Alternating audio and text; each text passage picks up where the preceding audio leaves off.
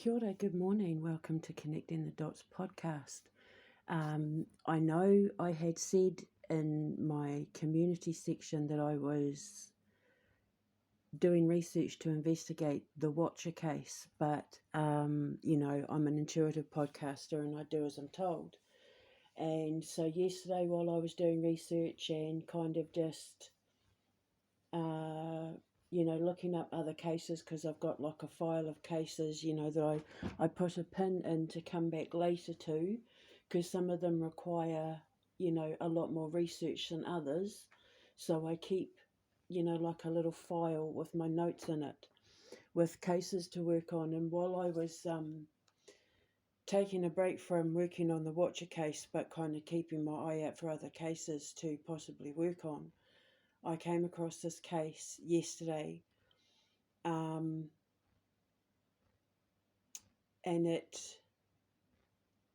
hasn't left my mind. And I know that means that I've got to work on it, So today we're going to talk about Henry McCabe and the mysterious phone call he left behind just before he died. And I'm pretty sure I figured out what's happened.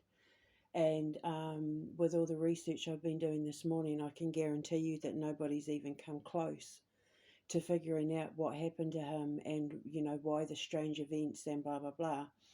But as an occult scientist, this is where I come in. This is where my expertise comes into play.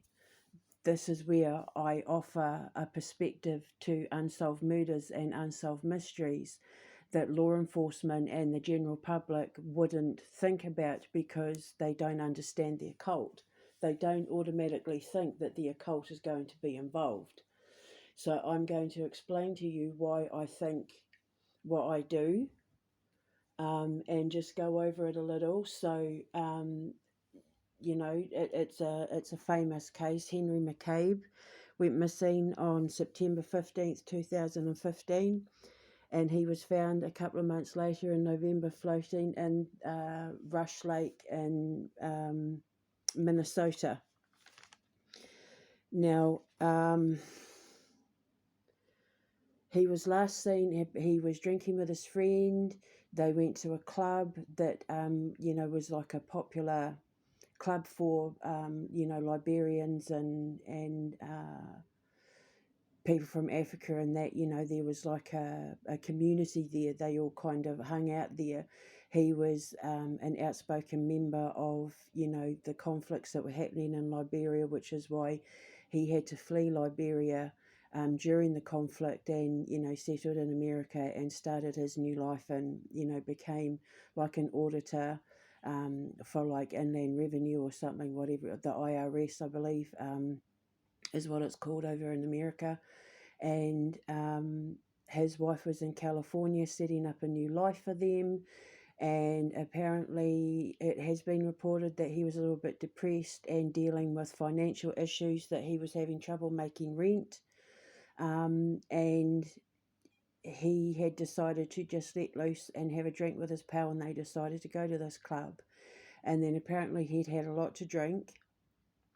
And so one friend took his wallet, one friend took his keys to make sure that he couldn't buy any more alcohol and he couldn't drive home.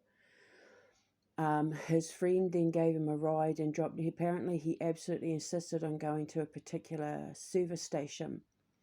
And his friend dropped him off and said, he never saw him again. And then his wife got the message on the answer machine, or on the voicemail, and he rang his brother, and he made the distressing sounds that people heard. He was heard calling out the name of his friend that had apparently dropped him off, Papus or Papas. Apparently he's heard saying that, which is the nickname of the friend who, he was reportedly last seen with, and then someone shouting, "Stop it." He'd apparently told his wife he'd been shot, but when they found his body in Rush Lake, there was no evidence of being shot or stabbed, and it looked like they couldn't really establish a cause of death because he didn't have any sort of visible injuries on his body, but it looked like he had drowned. Now, what I heard when I listened to the audio that had been released to the public, people keep saying he was possessed. People keep saying, you know, he was being taken over by spirits, that he was, you know, psychotic and in a distressed state. But I'm going to be brutally honest with you, and, you know, you have to, you know, use discretion when you listen to this video. I will obviously put it in the description box, and as a warning, a trigger warning, to anyone watching this, you know, to use discretion when listening to this podcast. But when I listened to the recording, the first thing I thought was, he's not possessed, he's drowning. He's clearly got water in his lungs, he's clearly got water in his throat. If you know what waterboarding is, or you've ever had an incident where you have almost drowned, or you've seen someone drown, he makes the exact same sounds as, you know, when water is put into the throat, and you know, the airways and the lungs. That's what I, you know, and because then I just left it alone, you know, and I did my do, and I went to sleep, and I got up this morning and I just couldn't stop thinking about him. So I thought, he's from Liberia. This screams occult, sacrifice. And so I decided to do a bit of research into West African, Liberian water deities. And I stumbled across Mama Wata, or Mother Water. And when I researched into her, he laid out his entire death and explained that night in perfect detail. And so I think I know what happened, and I have to be very careful for legal reasons, but I'm going to let you make up your own mind about this, and I'm going to report this as succinctly and as carefully as possible. But first, let me explain a little bit about Mama Wata. So she's seen with a mirror. She's got long black hair. She's always holding a mirror with a snake wrapped around her shoulders, with its head nesting on her breasts. And she represents movement between the present and the future. To her devotees, when you devote yourself to her, she grants you the ability to create your own reality. You will always be able to tell a devotee because they wear a lot of red and white, hence the cover photo. And yeah, when you're a devotee to hers and you please her, you're granted the supernatural ability of manifesting your own reality.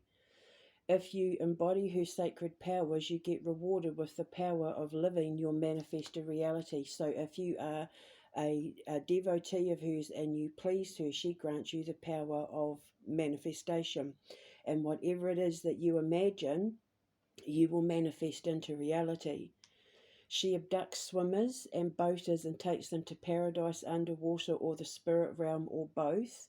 So she takes you under the water, or you have a near-death experience. But it's on the promise that if she lets you leave, if she's happy with you, if you've pleased her, you return to the living dry, spiritually enlightened, and you have the reward of growing wealthier, becoming more attractive, becoming more easygoing and carefree. She releases mental restraint.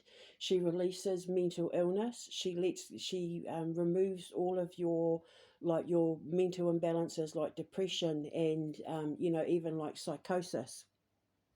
However, if you displease her, she will cause you psychosis and mental illness and poverty, because she, like all gods, she is a dual god or goddess.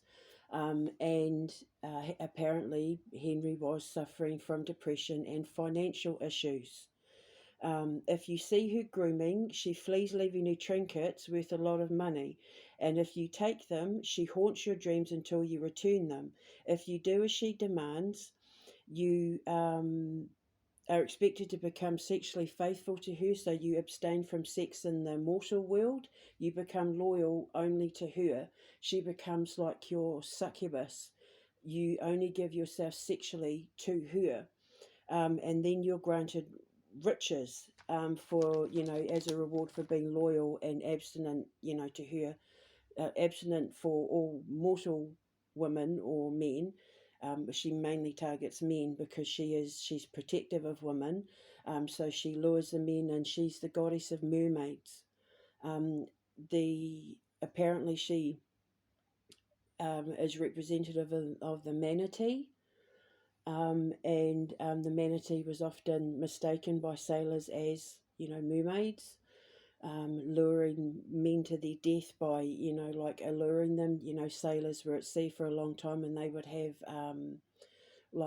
ocean, being out on the sea for so long, they'd hallucinate.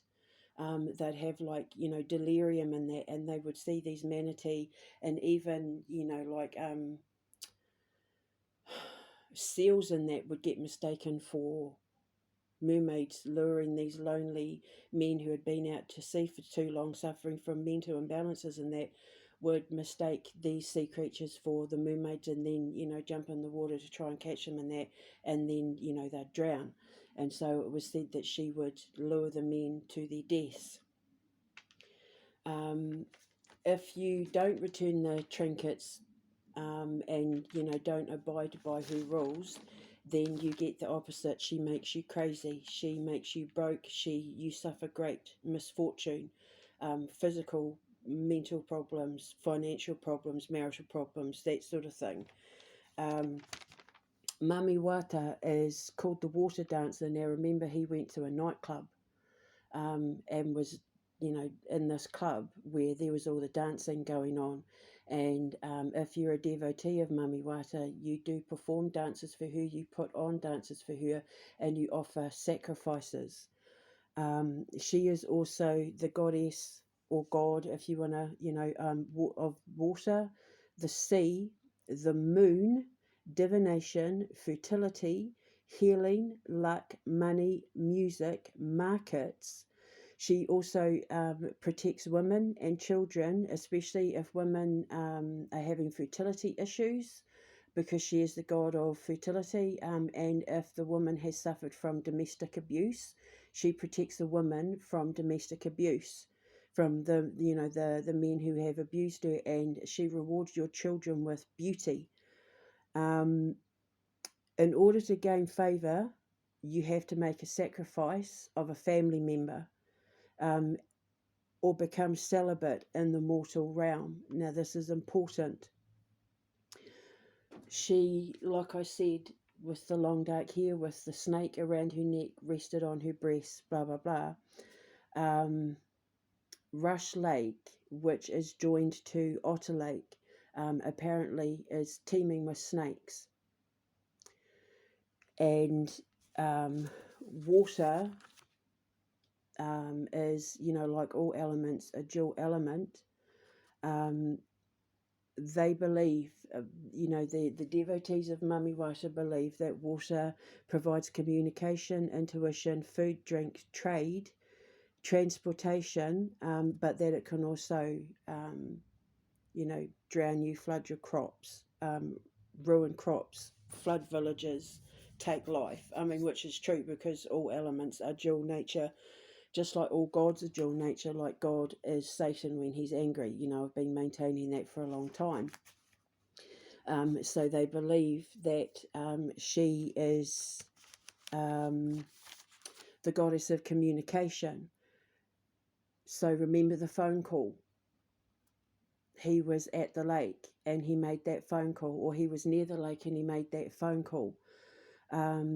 She's also the goddess of the god of trade and transportation and drink. Remember, he was drinking.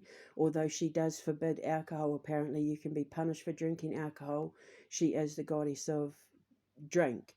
trade and transportation. Now, the transportation bit is important because of the fact that, remember, he was getting ready to move to California, where his wife was apparently setting up their new life. So basically, to keep a long story short, I believe that he was a devotee of Mama Wata, and I believe that he thought, I don't know whether he was tricked into thinking that he had found trinkets and then had a dream about her and tried to return the trinkets and announced that he was going to be celibate for her because his wife had apparently said she thought he was having an affair, that he was seeing somebody else. Obviously, they weren't being intimate. If he was a devotee of Mama Wata and he was being celibate, had declared his undying loyalty to her, he would have been abstaining from sex in the mortal realm to be faithful to her. She would have been his succubus. And succubi and incubi are very common manifestations from people who are suffering from depression and loneliness. If they are lonely and they're missing intimacy and they're missing emotional contact that you get with relationships, even if you're in a relationship, you can still manifest a succubus, which is a female sexual demon, and an incubus is a male one. You can manifest them when you're in marriages and relationships. It's a sign that you're lonely and that you're missing intimacy and contact and, human emotion and love. And so I think that he was preparing himself to present himself to Mama Wata, and went down to the lake to do his voodoo Yoruba, he's Liberian, so, to do his occult practice, to do his as a devotee with the help of his friend. And the drowning part was to give him a near-death experience, which may have possibly involved snakes, because apparently I found documented evidence where apparently a lot of fishermen on that lake were complaining about the sheer number of snakes that are down at Rush Lake. So he may have had a snake put around his neck that was choking him, and he was drowning at the same time, and then somebody said stop it, like stop the ritual. But I think that he was tricked. And I think that the two people mentioned in this case, the two prominent people mentioned in this case, were actually involved in sacrificing him for financial gain, for wealth, for favour, for beauty, for success. And I think he thought he was going to, do a ritual practice for Mama Wata, but the other people involved actually lured him to become the sacrifice. And he was drowned in what you're hearing, because remember, she is the god of communication, so it would have been recorded. You have no way, because when he was found, his phone, his battery was in one pocket, his phone was in the other, so his phone was dismantled after he left that call. And I think that they purposefully recorded what they did. They got him to make the phone call to his brother, because he thought he was doing one thing, and then they recorded what they did and left that message to make it appear like he was in trouble, that he, had been caught by someone, that, he had been shot, that he had, to put the police send the police in the wrong direction, to leave a mystery to his death, so it would never be figured out that this whole time he was being set up to be a sacrifice. One person distancing themselves, the other person pretending to be a participant of the devotee of Mama Wata, when in actual fact he was being set up for a sacrifice. And if you look at the unusual behaviour of the participants, where when the police put up a reward and then they had to remove it because of certain disputes and arguments that was going on, because they wanted more money than what the 10,000 that was being offered. I just think that this whole thing screams human sacrifice in exchange for wealth, money, a successful move, beauty, fame, fortune, beautiful children. If he was domestically abusive, it could have been one of the reasons why they chose Mama Wata particularly for the sacrifice. But I'll put links in the description box below, including the original video, the YouTube video where I got it from, Rob Gaviner, I think his name is. He used to be Rob Dyke. So it's all, and the links are all in the description box below, but it screams occult, ritualistic sacrifice. And I think I think I'm right. Apparently the third most snake infested lake in Minnesota is Otter Lake, which is joined onto Rush Lake. And I found an article discussion thread of these fishermen going out onto Rush Lake and complaining about the sheer number of snakes, that like there were more snakes than fish, basically. So they may have chosen it because of the snakes, because she is, she does have the snake wrapped around her. So a snake may have been involved. He may have put one around his neck or something like that. A snake may have been used in his passing, but it might not have. It might have been because snakes were there, and she does have the snakes with her, and they wanted to, immerse themselves fully as devotees of hers into her realm, which includes snakes and water and mirror. The mirror and water is a mirror, and our phones are mirrors. They're reflective. And so I think they were trying to or he thought he was trying to recreate it, not realizing he was being set up for a sacrifice. And that there was more than one other person involved there that night. They did it under the moon. They did it at night because she is the goddess or the god of the moon. So I'm just putting it out there. But if you look at all the articles that I've put up in the description box, and you have a think about it, and you think about where he's from and their practices and who Mama Wata is, I think it screams occult human sacrifice. So I'm just putting it out there. You make up your own conclusions, but I'm pretty sure that's what it is. And I will get on to the Watcher one. It's just requiring a little bit more research, because I've got to be certain when I make these recordings that I'm happy with what I'm putting out there. So anyway, enjoy the podcast, and I will do another one later whenever I'm called to do it. But I think that Henry wants his story told, because I think he was set up. I think that he was technically murdered. And the reason why so many people are keeping quiet about it is because they don't want people to know that it was all to do with occult practices for devotees of Mama Wata.